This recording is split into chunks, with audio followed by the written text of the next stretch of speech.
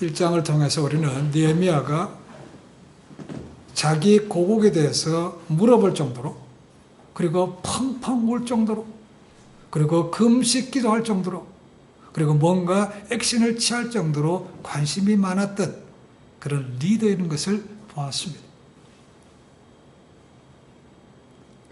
오늘 말씀을 보시면 그렇다고 그가 그냥 기도만 하고 있었던 것은 아닌 것을 볼 수가 있습니다. 준비했다는 겁니다. 인내하면서 하나님의 때를 기다리면서 준비했다는 겁니다. 우리말 속담에 그런 것이 있죠, 그죠?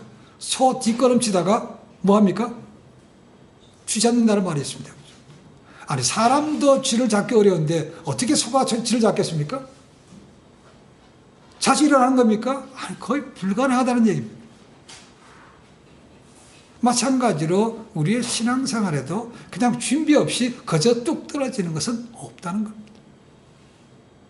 준비해야 됩니다. 여러분, 우리가 짧은 여행을 가더라도 준비해서 갑니다. 그죠? 뭐하고 뭐하고 계획하죠. 그죠? 꼭 그대로는 아니지만 대충 윤곽을 잡고 갑니다. 아니, 사업하는 사람이 물건 얼마 뛰고 뭐 얼마 되고 원가 얼마고 이물이 얼마 남고 그거 계산하지 않고 합니까? 그런 사람 없습니다. 회사도 마찬가지입니다. 예산을 다 세우고 합니다. 그렇죠? 이런 준비가 없이 좋은 성과를 거두는 것은 불가능하다는 것입니다. 느헤미야는 자기 고국에 대한 슬픈 소식을 듣는 것과 동시에 기도하면서 사람들의 목표를 세웁니다. 아, 이제 내가 예루살렘으로 고국으로 가야 되는구나, 성벽을 세워야 되겠구나 라는 마음을 세웠습니다. 그렇죠?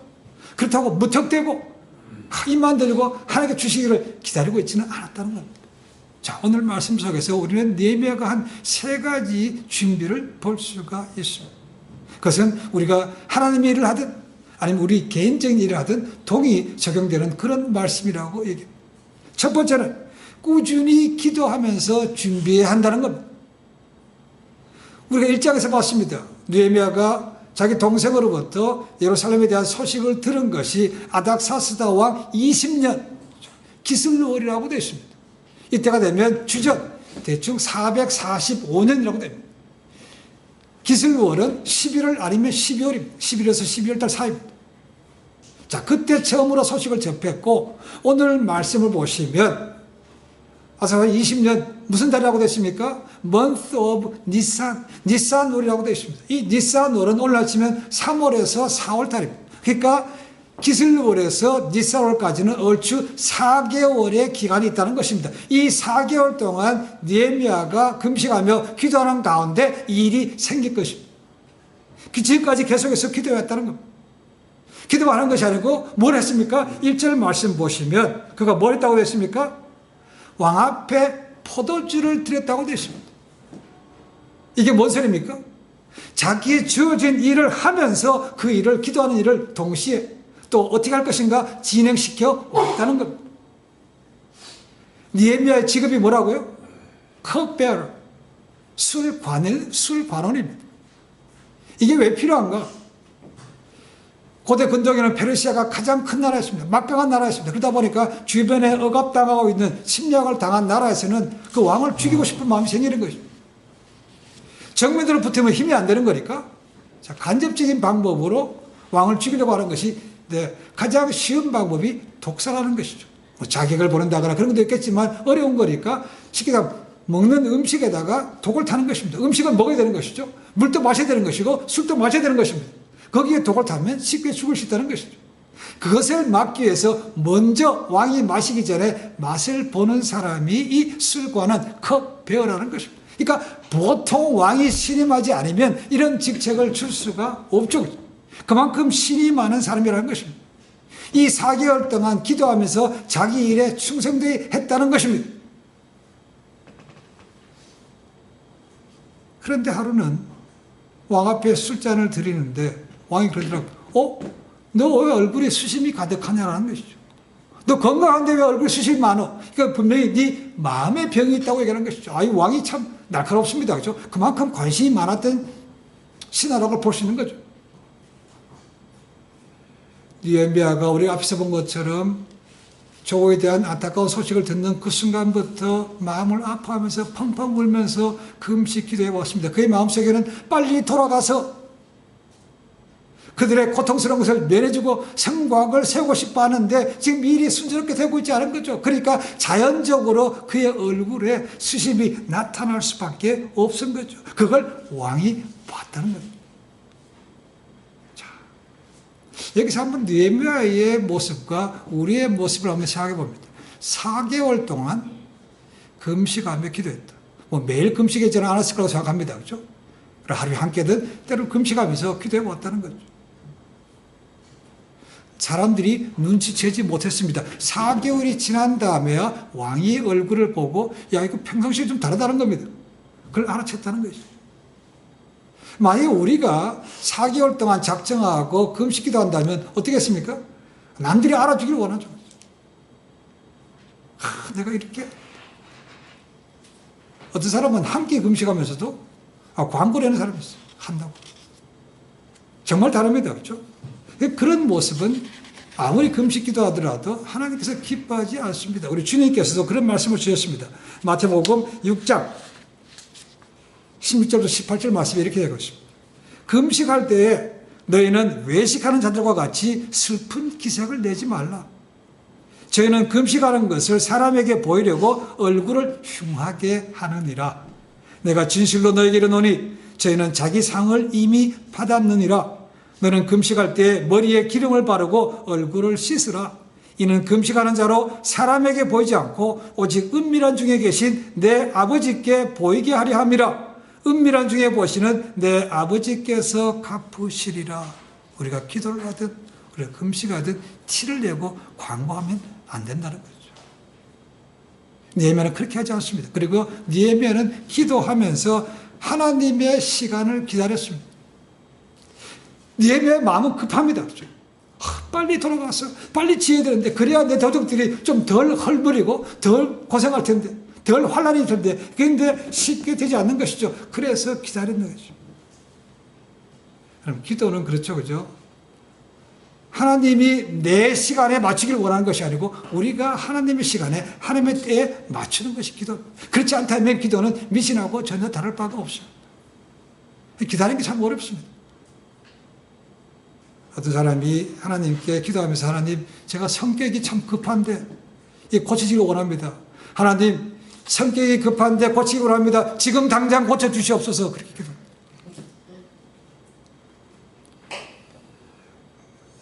하나님보다 빨리 가다 보면 실수할 수밖에 없습니다. 시편 37편 7절에 보니까 이렇게 말합니다. 여호와께서 행하실 때까지 참고 기다리라 라고 얘기합니다. 참 오늘날은 다 빨리빨리 하는 시대이기 때문에 기다리는 거 참 하기 어렵습니다. 그런데 기다리면 된다는 것이죠. 느헤미야가 오늘 말씀 보시면 왕이 야 너 왜 건강한데 얼굴에 수심이 가득하냐라고 물었을 때 가슴이 철렁 내려앉았습니다. 왜 그런지 아십니까? 왕 앞에서 신하가 수심이 가득하다는 것은 신하로서의 왕께 대한 불경입니다.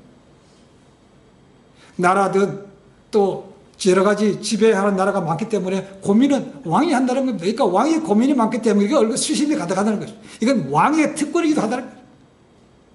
근데 감히 네가 그런 것도 안 하면서 내 앞에서 얼굴에 수심이 가득해? 이거는 잘못하면 왕의 눈에 비보이면 쫓겨나거나 박탈당하거나 죽을 수도 있는 그런 것입니다. 그러니까 놀랄 수밖에 없죠. 그런데 그런 기회에 느헤미야가 자기의 상황을 솔직하게 얘기한다는 것입니다. 그 상황 속에서 느헤미야는 이것이 하나님께서 내게 주시는 기도의 응답인가라고 생각을 했다는 것입니다. 지금까지 느헤미야는 기도가 뭡니까? 앞에서 우리가 1장에서 보시면 하나님 저 왕으로 하여금 왕의 마음을 움직여서 나로 하여금 내 본국으로 돌아가서 성전을 짓게 하옵소서 그렇게 기도해왔다는 것입니다. 그런데 지금 왕이 관심을 가지고 자기에게 물어보기 때문에 야 이것이 응답이 아닌가라고 했다는 거죠. 그 순간에 이것을 깨달은 거죠. 그렇죠? 그리고 와서 뭐 했습니까?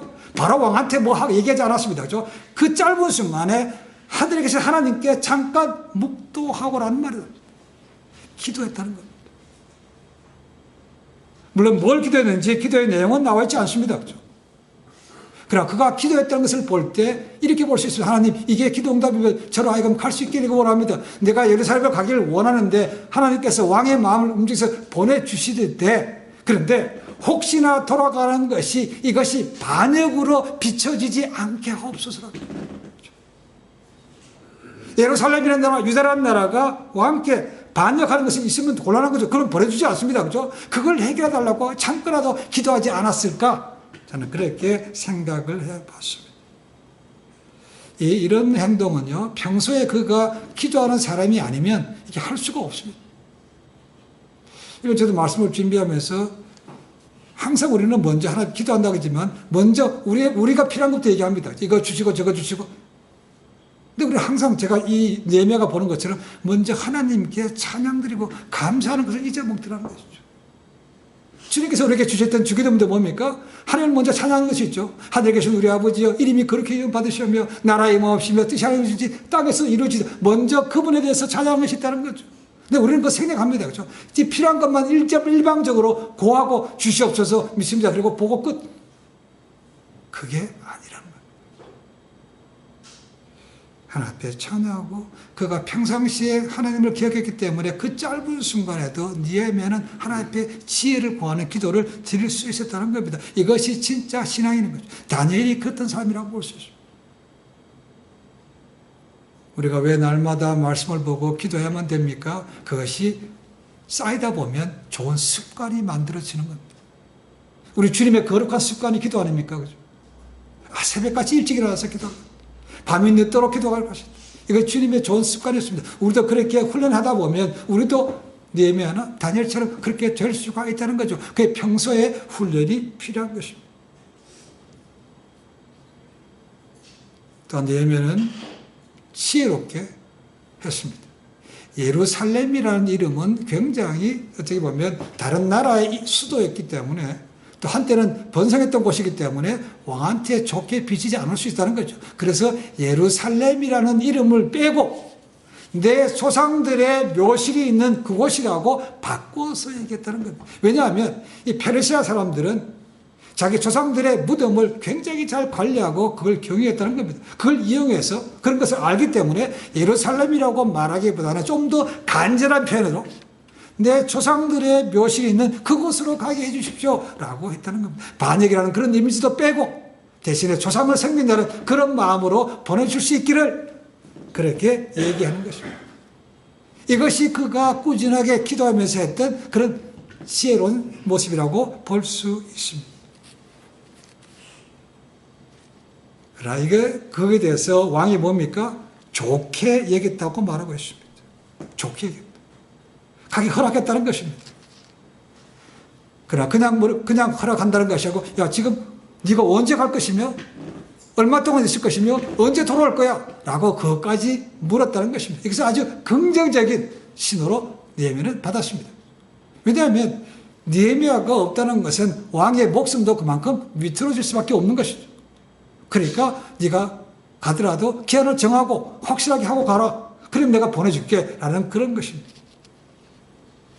근데 역사적으로 보면 이 왕이 허락한 것이 그렇게 간단하지는 않습니다. 왜냐하면 이 아닥사스다 왕이 이 느헤미야에 앞서서 느헤미야는 이제 3차로 포로 귀환으로 가게 되는 것이지만 2차로 보낸 사람이 있습니다. 2차의 리더로 에스라입니다. 한 15년 전에 먼저 에스라를 보내서 뭐라고 했는가? 야 거기 가면 페르시아의 법도를 가르쳐서 그들로 하여금 페르시아의 법을 알고 이 페르시아에게 잘 충성하도록 만들어 라고 에스라를 보냈습니다. 그렇죠? 근데 에스라는 그 페르시아의 법이 아니고 하나님의 말씀, 율법을 먼저 가르쳤죠. 영적인 부흥을 일으켰다는 것입니다. 그리고 성벽을 재건하려고 했습니다. 그랬더니 주변 사람들의 반대가 이 왕 앞에 아닥사스한테 보고가 된 것이죠. 그러니까 아닥사스 왕이 야 그거 하지 마 라고 명령했다는 것이죠. 에스라에게는 하지 말라고 했던 것을 갖다가 지금 느헤미야에 때는 가서 하라고 허락했다는 겁니다. 마음이 바뀌었어요.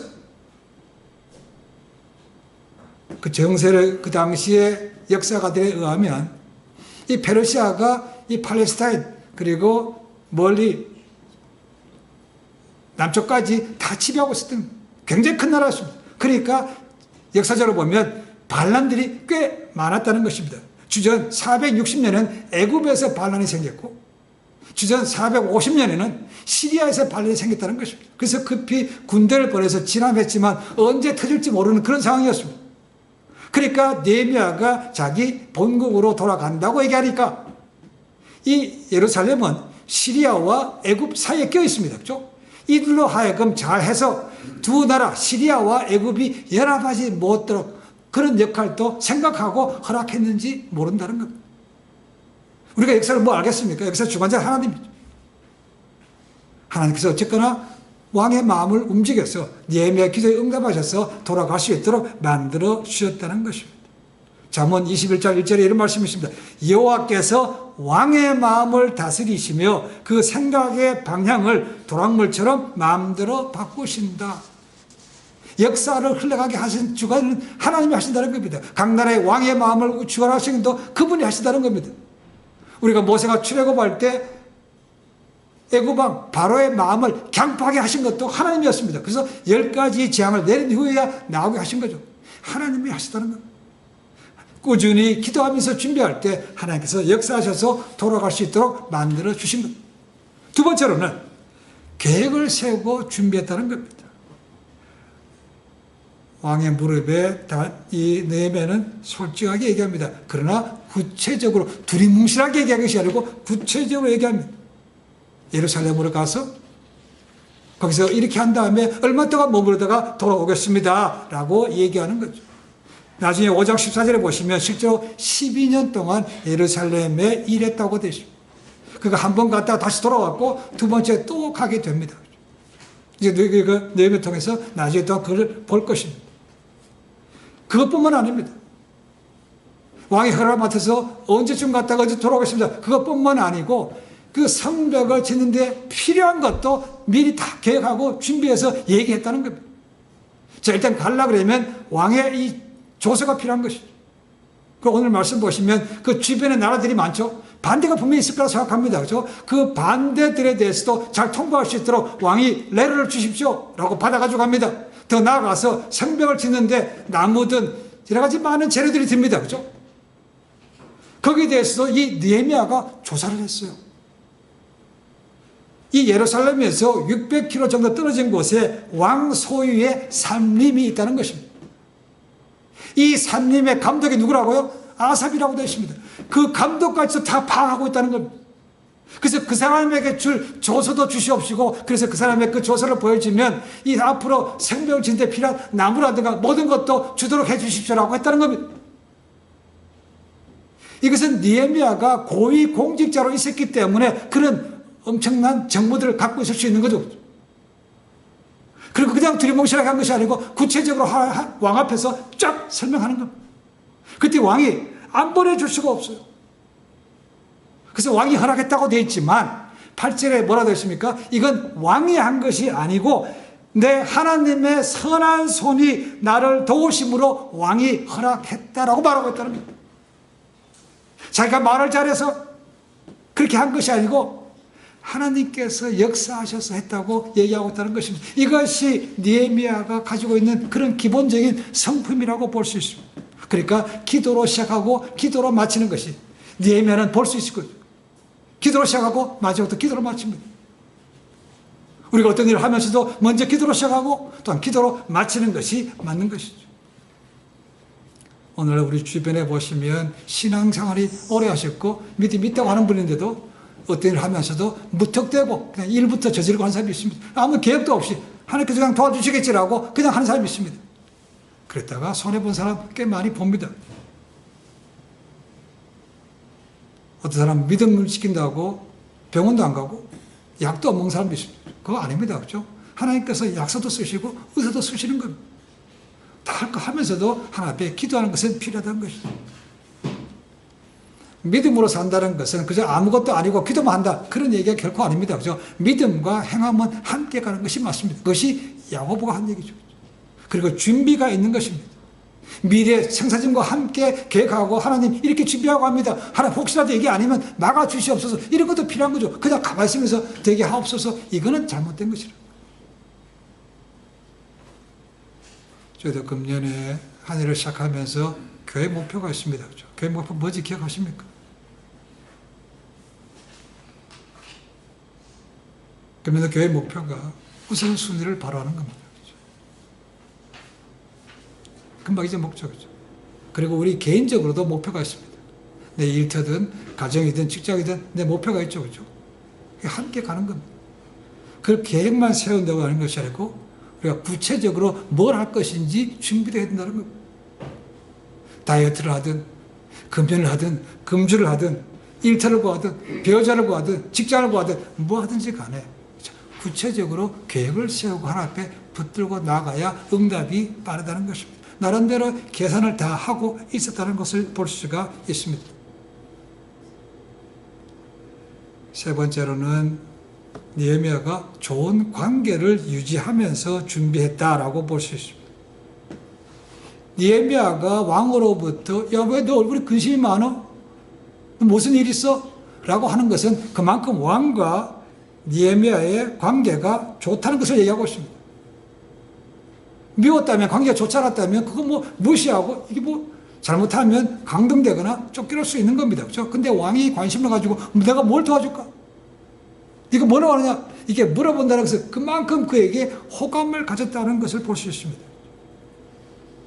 느헤미야는 자기의 뭐라 합니까? 권한 바깥의 일을 하지 않았습니다. 그렇죠? 굉장히 높은 사람입니다. 요즘 얘기하면 경호실장 정도 된다고 볼 수 있습니다. 그렇죠? 그런 것을 갖다가 함부로 권력을 남용하거나 교만하거나 그리고 하는 일에 대해서 등한시하거나 이런 것이 아니었습니다. 그렇죠? 비록 이방 왕이지만 하나님 믿지 않는 왕이지만 그를 진심으로 존경했고 그 하는 법 안에서 왕이 자기의 저지른 일을 최선을 다했다는 것이죠. 그러니까 왕이 그를 신임할 수밖에 없는 것이죠. 아니 이 느헤미야는 바벨론의 포로로 잡혀갔던 후손들입니다. 근데 그런 사람이 바벨론도 망하고 페르시아의 제2인자까지 왕의 천리를 받는 그릇까지 올라갔다는 것은 이 사람이 얼마나 뛰어난 것을 우리 한번 짐작해 볼 수 있습니다. 겸손하기도 하고 충성스럽기도 하고 하든지 법대로 하는 그런 사람이었다는 것이죠. 그러니까 왕이 그 하는 거 보고 준비되는 거 보고 허락하지 않을 수가 없었습니다. 물론 하나님께서 역사하셨지만 느헤미야에게도 여러 가지 우리가 크레딧을 줄 수가 있는 거죠. 우리가 이 땅에 사는 동안 우리는 믿는 사람들과만 만나지 않습니다. 그렇죠? 믿지 않는 사람들과도 만납니다. 과연 우리가 그분들에게 어떻게 보여지고 있는가가 참 중요합니다. 뭐 그 사람들에게 위선적으로 행하라 그런 말은 아닙니다. 우리의 삶이 그들에게 어떻게 비춰지고 있는가, 정말 믿음의 사람이라고 인정받고 있는가, 이런 것을 우리가 생각해 보지 않으면 그 사람의 마음을 얻을 수가 없다는 거죠. 그렇지 않다면 야 믿으나 안 믿으나 똑같네, 우리보다 더하네 라는 소리를 듣는다면 이 복음이 탁 전할 수가 없는 거죠. 그래서 우리가 전도를 하려면 그 사람과의 관계를 먼저 잘 맺는 것이 필요합니다. 그것을 우리가 관계성 전도, relational evangelism이라고 말합니다. 왼수 같은 사람 만나 우리가 복음 전할 수 있습니까? 상종도 안 하는데, 그죠? 이것을 이룰 수 없다는 겁니다. 오늘 교회를 비판하는 말이 꽤 많죠, 그죠? 개독교부터 시작해가지고 끼리끼리 한다. 말은 잘하는데 행함은 없고 유선자들만 가다가다고 얘기하죠. 성도 숫자는 많은데 제자는 적다고 말합니다. 프로그램은 많은데 파워가 없다고 말합니다. 예산은 많은데 헌신하는 사람은 없다고 말합니다. 80대 20법칙, 90대 10법칙, 요즘은 95대 5법칙까지 갑니다. 100% 가운데 5% 사람만이 헌신한다는 거예요. 그렇습니다. 그냥 철치 고월, 교회만 왔다 갔다 하는 사람들이 많다는 거죠. 그래서 사람들이 보고 비웃습니다. 교회가 이런 비판을 받지 않기 위해서는 우리가 위의 사람이든 내 동료든 밑에 사람이든 하는 믿지 않는 이웃이든 우리가 좋은 관계를 가져야 됩니다. 그들을 존중할 수 있어야 됩니다. 또한 그들에게 신임을 줄 수 있어야 되고 말에 대해서 책임을 줄 수가 있어야 된다는 것이죠. 능력도 인정받으면 더 좋습니다. 우리가 그렇게 할 때 그 영혼을 야, 저 사람 뭔가 좀 있나 보다 라는 마음을 주고 복음을 전할 수 있는 통로가 되는 것입니다. 하나님은 지금도 살아서 역사하고 계십니다.